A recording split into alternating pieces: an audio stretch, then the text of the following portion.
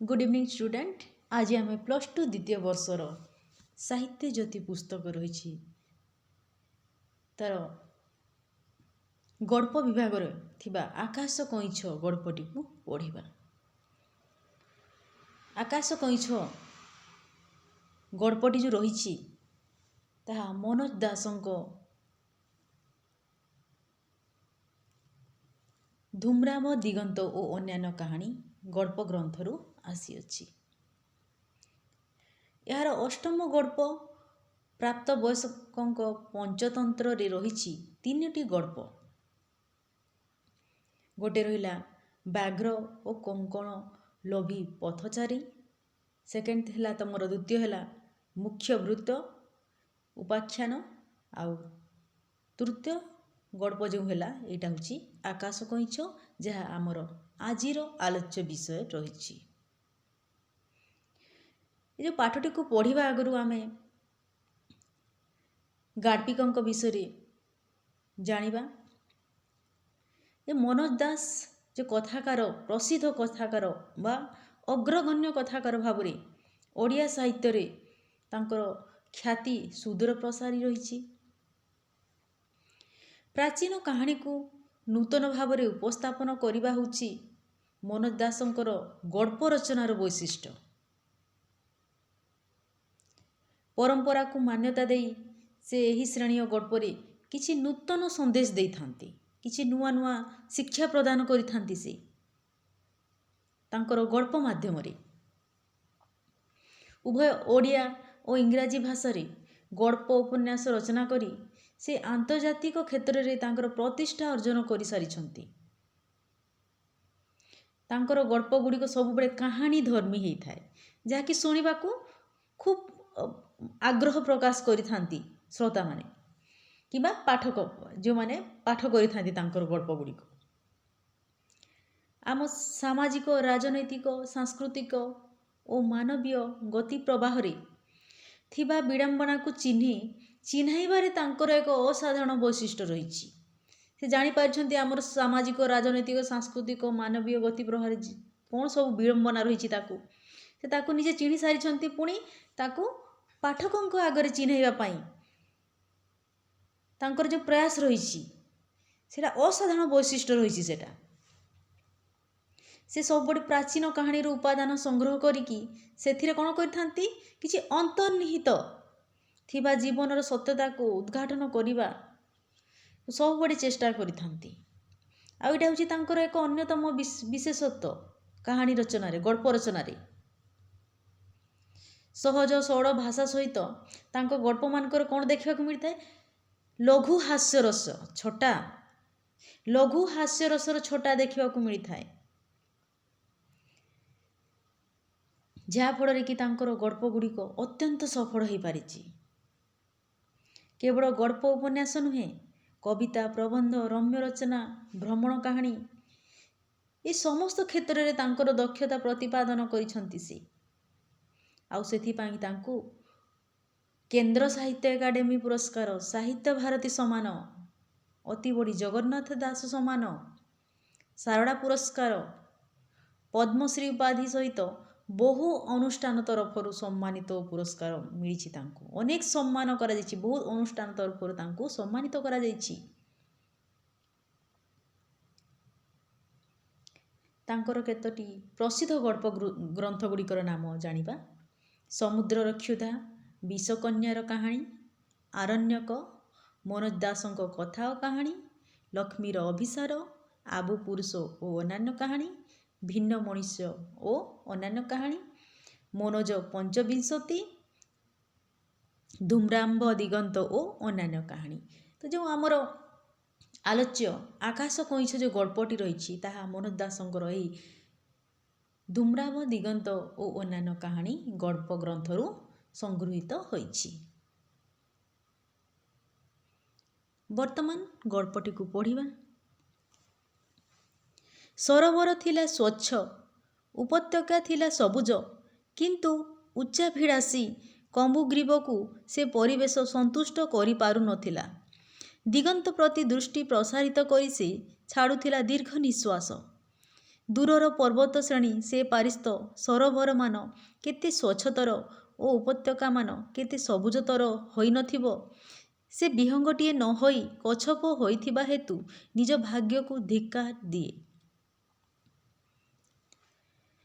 ତ ପିଲାମାନେ ଏଠି ଆରମ୍ଭରେ ହିଁ ସେ ଯେଉଁ ଆମେ ଆକାଶ କଇଁଛ ବୋଲିକି ଯେଉଁ ଗଳ୍ପଟି ରହିଛି, ଏ ଯେଉଁ ଆକାଶ କଇଁଛ, ତ ପ୍ରଥମରେ ହିଁ ସେ କଇଁଛର ବର୍ଣ୍ଣନା ଦିଆଯାଇଛି। ଏଠି କଇଁଛଟିର ନାମ ହେଉଛି କମ୍ବୁଗ୍ରୀବ।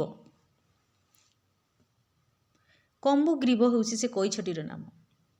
ଗୋଟେ ସରୋବର ରହିଛି, ସେ ସରୋବରଟି କ'ଣ ରହିଛି? ସ୍ୱଚ୍ଛ ରହିଛି, ସଫା ଏକ ସ୍ୱଚ୍ଛତା ରହିଛି ସରୋବର, ଆଉ ତାର ଉପତ୍ୟକା ମଧ୍ୟ ସବୁଜିମା ହେଇକି ରହିଛି। ଏତେ ସୁନ୍ଦର ସରୋବରଟି, ସେ ମଧ୍ୟରେ ଏକ କଇଁଛଟି ରହୁଛି, ତାର ନାଁ କ'ଣ ଅଛି? କମ୍ବୁଗ୍ରୀବ।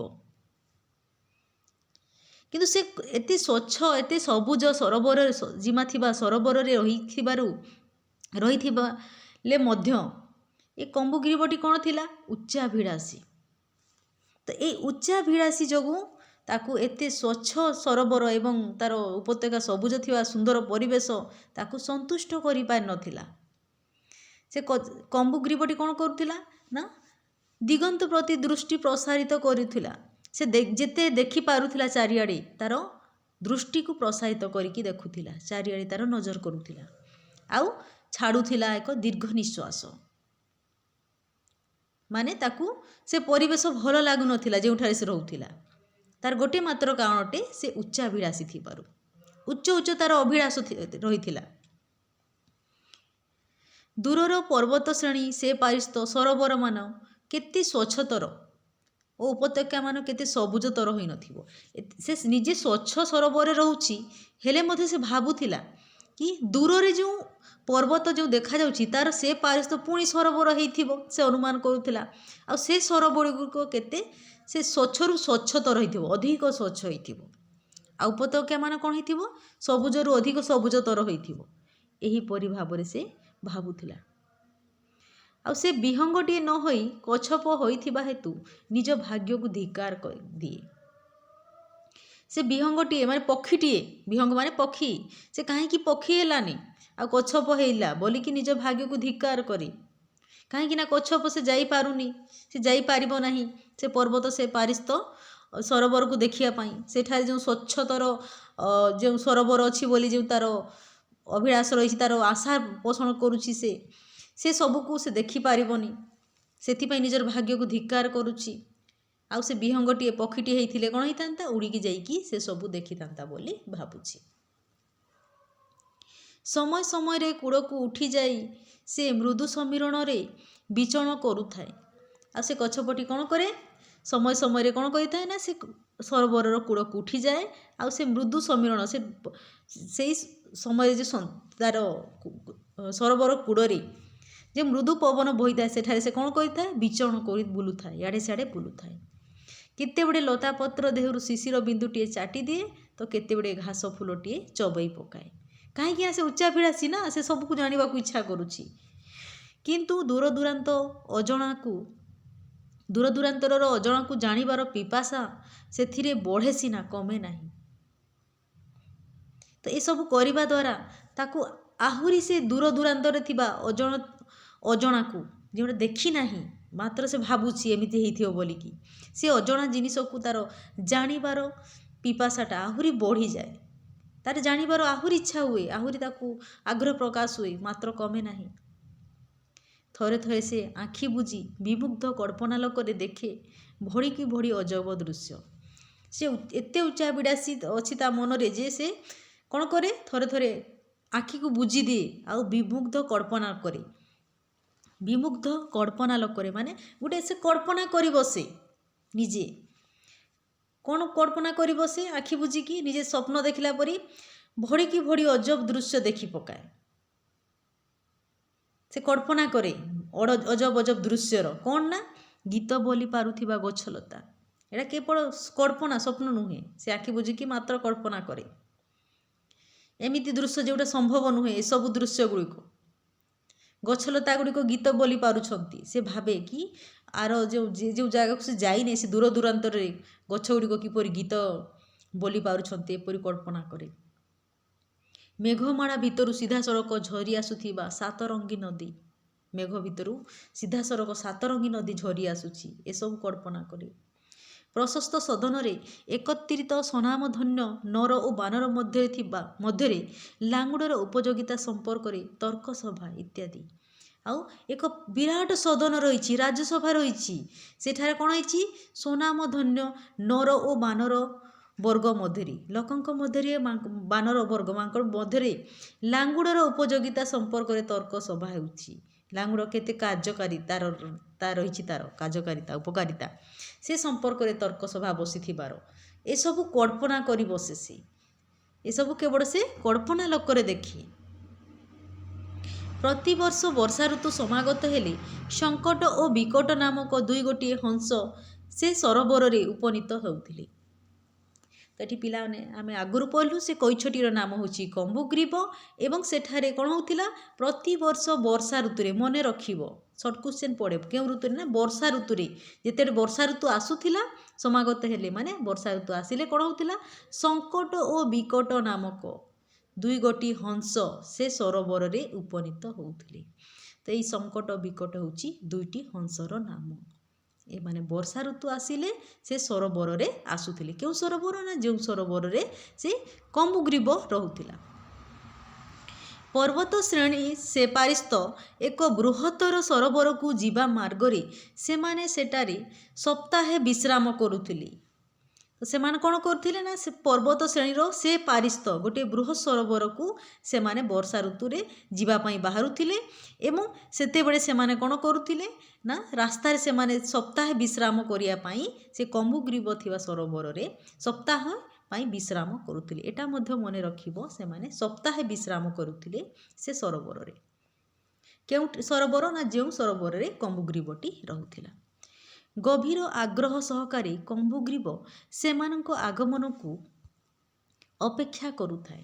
ତ ବହୁତ ଆଗ୍ରହର ସହିତ ସେ କମ୍ବୁଗ୍ରୀବଟି ପ୍ରତିବର୍ଷ ବର୍ଷା ଋତୁ ସମାଗମ ହେଲେ ସେମାନଙ୍କୁ ଅପେକ୍ଷା କରିକି ରହୁଥିଲା। ଆଗରୁ ଅପେକ୍ଷା କରିକି ରହୁଥିଲା ନା କେବେ ବର୍ଷା ଋତୁ ଆସିବ, ସେ ସଙ୍କଟ ବିକଟ ହଂସଦ୍ୱୟ ସେ ସରୋବରକୁ ଆସିବେ ବୋଲି ଅପେକ୍ଷା କରୁଥାଏ। ହଂସ ଯୁଗଳ କଚ୍ଛପର ଅନୁସନ୍ଧିତ୍ସା ସମ୍ପର୍କରେ ଅଭିହିତ ଥିଲେ ଏବଂ ଏହି ସଙ୍କଟ ଓ ବିକଟ ହଂସ ଦୁଇଟି କଚ୍ଛପର ଏ କଇଁଛଟିର ବା ଏ କମ୍ବୁଗ୍ରୀବଟିର ଅନୁସନ୍ଧିତ୍ସା ଜ୍ଞାନ ସମ୍ପର୍କରେ ଜାଣିପାରିଥିଲେ। ତେଣୁ ଦୂରଦୂରାନ୍ତରର କାହାଣୀ ଶୁଣାଇ କ'ଣ କରୁଥିଲେ? ସେ କମ୍ବୁଗ୍ରୀବକୁ ମନୋରଞ୍ଜନ କରିବା ନିମନ୍ତେ ସେମାନେ ଦୈନିକ ଘଣ୍ଟାଏ 2 ଘଣ୍ଟା ସମୟ ଦେବାରେ କାର୍ପଣ୍ୟ କରୁନଥିଲେ। ଏମାନେ ଯେତେବେଳେ ଜାଣିଗଲେ କି ଯେତେବେଳେ କମ୍ବୁଗ୍ରୀବଟି କ'ଣ? ନା ଦୂର ଦୂରର କାହାଣୀ ଶୁଣିବା ଭଲ ପାଉଛି, ତ ଏମାନେ ସଙ୍କଟ ବିକଟ କ'ଣ କରୁଥିଲେ? ସେ କମ୍ବୁଗ୍ରୀବକୁ ମନୋରଞ୍ଜନ କରାଇବା ପାଇଁ ପ୍ରତିଦିନ ଦୈନିକ ଘଣ୍ଟାଏ 2 ଘଣ୍ଟା ସମୟ ଦେବାରେ ସେମାନେ କାର୍ପଣ୍ୟ କରୁନଥିଲେ। ତ ମନେ ରଖିବ ପିଲାମାନେ, ପ୍ରତିଦିନ ଘଣ୍ଟାଏ 2 ଘଣ୍ଟା ସମୟ ସେମାନେ ମନୋରଞ୍ଜନ କାହାଣୀ ଶୁଣାଉଥିଲେ କମ୍ବୁଗ୍ରୀବକୁ। ଏଠି କାର୍ପଣ୍ୟ କରୁନଥିଲେ। କାର୍ପଣ୍ୟ ମାନେ ଜାଣୁଛ, ସେମାନେ କୃପଣ ହେଉନଥିଲେ ସମୟ ଦେବାରେ, ତାଙ୍କୁ ପ୍ରତିଦିନ ଏହି କାହାଣୀ ଶୁଣାଇବା ପାଇଁ ସମୟ ଦେବାରେ। ସେମାନଙ୍କ ଭିତରେ ବନ୍ଧୁତା ଯଥେଷ୍ଟ ଦୃଢ଼ୀଭୂତ ହେଲା ପରେ ହିଁ ଦିନେ କମ୍ବୁଗ୍ରୀବ ସେମାନଙ୍କ ସହିତ ପର୍ବତ ଶ୍ରେଣୀ ସେ ପାରିସ୍ଥ ସରୋବରକୁ ଯିବାର ଇଚ୍ଛା ପ୍ରକଟ କଲା। ତ କ'ଣ ହେଇଛି? ନା ଏଇ କମ୍ବୁଗ୍ରୀବ ଆଉ ସଙ୍କଟ ବିକଟ ମଧ୍ୟରେ ଯଥେଷ୍ଟ ବନ୍ଧୁତା ହେଇଗଲା, ଦୃଢ଼ୀଭୂତ ହେଇଗଲା। ଏମାନଙ୍କ ମଧ୍ୟରେ, 3 ଜଣଙ୍କ ମଧ୍ୟରେ ଦୃଢ଼ୀଭୂତ ବନ୍ଧୁତା ହେଲା ପରେ ଦିନେ କ'ଣ ହେଇଛି? ନା ସେମାନଙ୍କ ପ୍ରତି ତାର ବିଶ୍ୱାସ ହେଇଯାଇଛି କମ୍ବୁଗ୍ରୀବରୁ ଭଲ ବନ୍ଧୁ ହିସାବରେ। ସେତେବେଳେ କମ୍ବୁଗ୍ରୀବ କ'ଣ କରିଛି? ନା ପାହାଡ଼ ସେ ପାରିସ୍ଥ ଯେଉଁ ସରୋବର ଯେଉଁ ରହିଛି ତାକୁ ସେଠାରେ ଯିବା ପାଇଁ ତାର ଇଚ୍ଛା ପ୍ରକାଶ କରିଛି ସେ ସଙ୍କଟ ବିକଟ ପାଖରେ। ପ୍ରସ୍ତାବର ବିଜ୍ଞତା ସମ୍ପର୍କରେ ଯଥେଷ୍ଟ ସନ୍ଦେହ ଥିବା ସତ୍ତ୍ୱେ ହଂସଦ୍ୱୟ ପ୍ରଥମେ ଅର୍ଦ୍ଧକୋଶ ପଥ ଯାଏ ଏକ ପରୀକ୍ଷାମୂଳକ ପଦକ୍ଷେପ ନେବା ନିମନ୍ତେ ରାଜି ହେଲେ। ଯେହେତୁ ସେ ଗଛପଟି ତ ଚାଲିପାରିବନି, ଚାଲିକି ଯାଇପାରିବନି ସେ ସରୋବରକୁ, ପୁଣି କିମ୍ବା ସେ ଉଡ଼ି ମଧ୍ୟ ପାରିବ ନାହିଁ, ତ ତେଣୁ ଏଠି ବିଜ୍ଞତା ଅଛି କିପରି ତାକୁ ନେଇ ହେବ ଏ ସମ୍ପର୍କରେ। ତେଣୁ ଯଥେଷ୍ଟ ସନ୍ଦେହ ରହିଛି। ଏସବୁ ଥିବା ସତ୍ତ୍ୱେ ମଧ୍ୟ ହଂସଦ୍ୱୟ ପ୍ରଥମେ କ'ଣ କଲେ? ନା ଅର୍ଦ୍ଧକୋଶ ପଥ ଯାଏ ସେମାନେ ଏକ ପରୀକ୍ଷାମୂଳକ ପଦକ୍ଷେପ ନେବେ ବୋଲି ରାଜି ହୋଇଛନ୍ତି। କ'ଣ ପରୀକ୍ଷାମୂଳକ ପଦକ୍ଷେପ ନେବେ ଦେଖ। ବିକଟ ଓ ସଙ୍କଟ କାମୁଡ଼ି ଧରିଲେ ଖଣ୍ଡିଏ କାଠିର ଦୁଇ ପ୍ରାନ୍ତ। এই ପରୀକ୍ଷାମୂଳକ ପଦକ୍ଷେପ କ'ଣ ଅଟେ ନା ଗୋଟିଏ କାଠି ଅଛି, ଖଣ୍ଡିଏ କାଠି ଅଛି, ଆଉ ସେ କାଠିଟିର ଦୁଇ ପ୍ରାନ୍ତକୁ ସଙ୍କଟ ବିକଟ କାମୁଡ଼ି ଧରିଛନ୍ତି। ଆଉ କାଠିର ମଧ୍ୟଭାଗକୁ କାମୁଡ଼ି ଧରିଲା କମ୍ବୁଗ୍ରୀବ। ତାପରେ ସେମାନେ ଶୂନ୍ୟକୁ ଉଠିଲେ। ଏହି ପ୍ରଣାଳୀରେ ଅର୍ଦ୍ଧକୋଶ ଅତିକ୍ରମ କରି ସେମାନେ ଏକ ଅନୁଚ୍ଚ ପାହାଡ଼ ଉପରେ ଅବତରଣ କଲେ। ତ ପିଲାମାନେ ଏଠି ମନେ ରଖିବ, ପ୍ରଥମେ ଅର୍ଦ୍ଧକୋଶ ପଥ ଯାଏ ଏକ ପରୀକ୍ଷାମୂଳକ ପଦକ୍ଷେପ ନେବା ନିମନ୍ତେ ସଙ୍କଟ ବିକଟ ରାଜି ହୋଇଥିଲେ।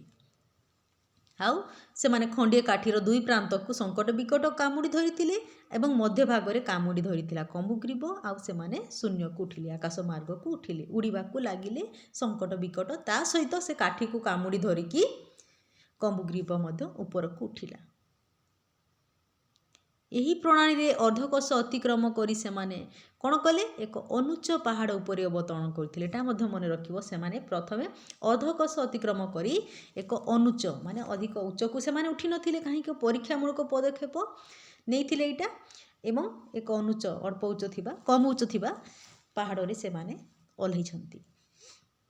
ପରୀକ୍ଷା ସଫଳ ମୃଦୁହାସ ସହକାରେ ବ୍ୟକ୍ତ କଲା ବିକଟ। ବିକଟ ମୃଦୁହାସର ସହିତ କହିଛି ପରୀକ୍ଷା ସଫଳ ହେଲା ବୋଲିକି। ଏଟା ମଧ୍ୟ ମନେ ରଖିବ, ପରୀକ୍ଷା ସଫଳ କିଏ କହିଛି ବୋଲି ତୁମର କ୍ୱେଶ୍ଚନରେ ଅଛି, ବିକଟ କହିଥିଲା। ଏଟା ମନେ ରଖିବ। ଏଥର ବନ ପର୍ବତ ନଗର ଜନପଦ ଉପର ଦେଇ ନିରବିଚ୍ଛିନ୍ନ ଗତିରେ ଉଡ଼ିଯିବାକୁ ପଡ଼ିବ। ଶୂନ୍ୟରେ ଥିବା ଯାଏ ମୁହଁ ଖୋଲିବ ନାହିଁଟି ସଙ୍କଟ କମ୍ବୁଗ୍ରୀବକୁ ଚେତାଇ ଦେଲା। ଯେହେତୁ ପରୀକ୍ଷା ସଫଳ ହୋଇଯାଇଛି, ପ୍ରକାଶ କରିଛି ବିକଟ ଏ କଥା। ପୁଣି ଯେତେବେଳେ ସଫଳ ହୋଇଗଲା ପରେ କ'ଣ କରିବେ? ବର୍ତ୍ତମାନ ବନ ପର୍ବତ ନଗର ଜନପଦ ଜନପଦ ମାନେ ବସତି ସମସ୍ତ ଉପର ଦେଇକି ଏମାନେ ନିରବିଚ୍ଛିନ୍ନ ଗତିରେ କ'ଣ କରିବେ? ଉଡ଼ିକି ଯିବେ ଆରପାରି ସରୋବର ଦେଖିବା ପାଇଁ। ଶୂନ୍ୟରେ ଥିବା ଯାଏ ମୁହଁ ଖୋଲିବ ନାହିଁଟି ସଙ୍କଟ କମ୍ବୁଗ୍ରୀବକୁ ଚେତାଇ ଦେଲା। ଯେତେବେଳେ ଉଡ଼ୁଥିବେ, ସେପରି ସମୟରେ ଆକାଶ ମାର୍ଗରେ ଥିବେ, ସେହି ସମୟରେ ମୁହଁ ଖୋଲିବ ନାହିଁ ବୋଲିକି ସଙ୍କଟ କମ୍ବୁଗ୍ରୀବକୁ ଚେତାଇ ଦେଲା। ଏଟା ମଧ୍ୟ ତୁମର ସର୍ଟ କ୍ୱେଶ୍ଚନ୍ ଅଛି, ମନେ ରଖିବ ପିଲାମାନେ।